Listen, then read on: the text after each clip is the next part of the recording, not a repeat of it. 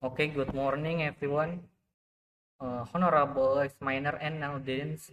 Today, our team is proud to present our project, IoT Science Solar Inverter with Integrated Automatic Transfer Switch System. As energy cost, price, and the need for sustainable power growth, our goal, our goal was to build a robust system that not only convert solar energy efficiently but also manage power transition seamlessly with or without user intervention. In natural space, the core, the core of our system is a pure science PSW inverter. We design to convert 11 volt DC, 12 volt DC from our battery bank into a stable 2020 0 volt alternating current output. Unlike cheaper modified wave inverter or system ensure that sensitive household applications like fan and computer operated without noise or heat issue.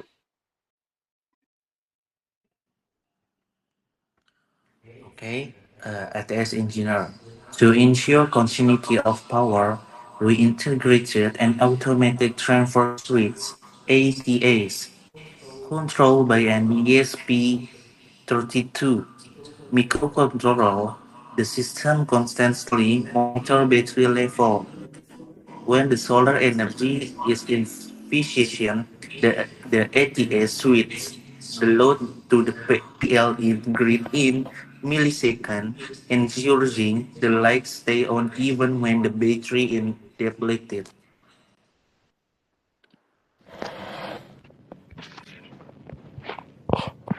For the smart aspect, we utilize the Ubi.IT platform or system streams real-time telemetry, including voltage, current, and power consumption to the cloud.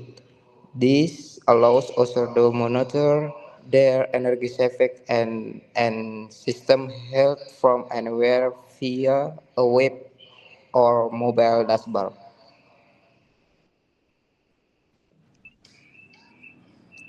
Maybe it is understanding that internet connectivity can be unreliable without redundant data loading system using a data SD card module. Every critical event and power reading is time-stamped via an RTC module and saved locally. This ensures we have a black box of the data for long-term efficiency analysis even if the Wi-Fi goes down.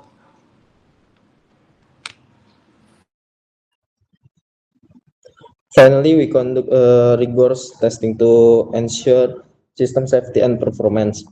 We focus on minimize switch delays and maximal conversion efficiency.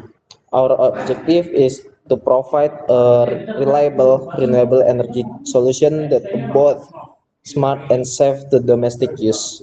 We are now ready to dive deeper into the technical discussion. Okay, I have a question. Why did we choose a power sine wave inverter instead of modified sine wave for this spell test project? Okay, we opted for PSW because our target loads include inductivity components like motor or fan.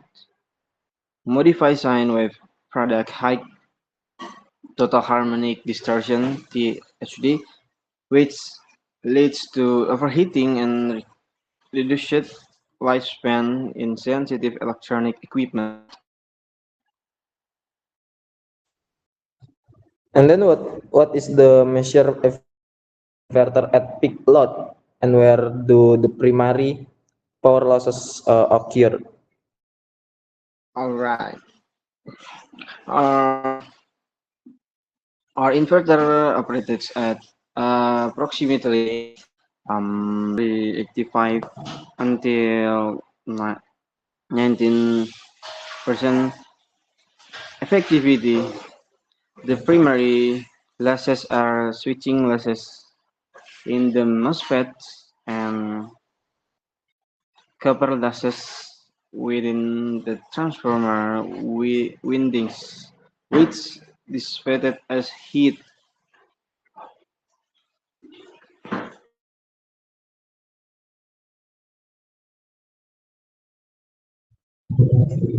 And then how does the automatic transfer switch or ATS decide exactly when to switch from solar to grid power? Okay, alright. The ESP32 monitor the battery voltage in real time. Once the voltage drops below a safety threshold, to prevent over discharge, the ETS triggers the relay to bypass the inverter and connect the load to the PLN grid.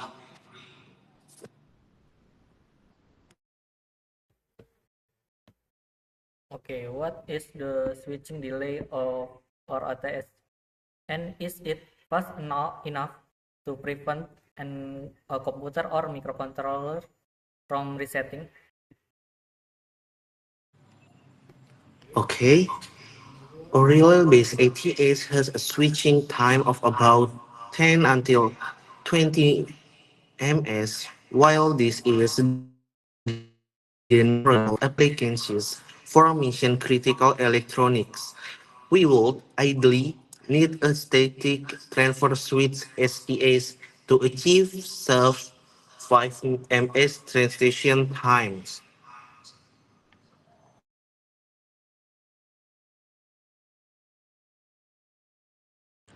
Okay, I have a question. We are using an SD card for the local data logging. How we do insert the data in isn't corrupted during a sudden power transition. That's right. We implement flush command is or code after every write cycle and ended up coupling capacitor to the ESP32 power trail to maintain stable voltage during the millisecond too long switch gap.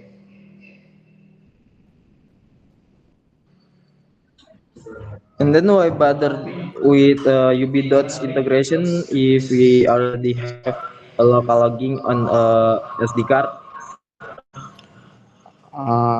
Ubidots provides real-time remote monitor and historical trend analysis, while the SD card is our black box for offline recovery. The IT platform allows us to reset enter alerts in the system file while we are offsite. Yeah, just the system handle overcurrent situation if the load exceeds the inverter capacity. We integrated a current sensor that sends an interrupt signal to ESP32. If the current exceeds 110% of the rated capacity for more than 3 seconds, the system automatically shut down the inverter and switches to grid as a fail safe. And then how do we synchron the data between the local time on the SD card and the cloud data UB dots? Okay, we use the to save a design the T2 internal lock upon startup. If the internet is down, maybe the system relies DS3231 RTC model to maintain a secure system timestamp for the SD card belongs.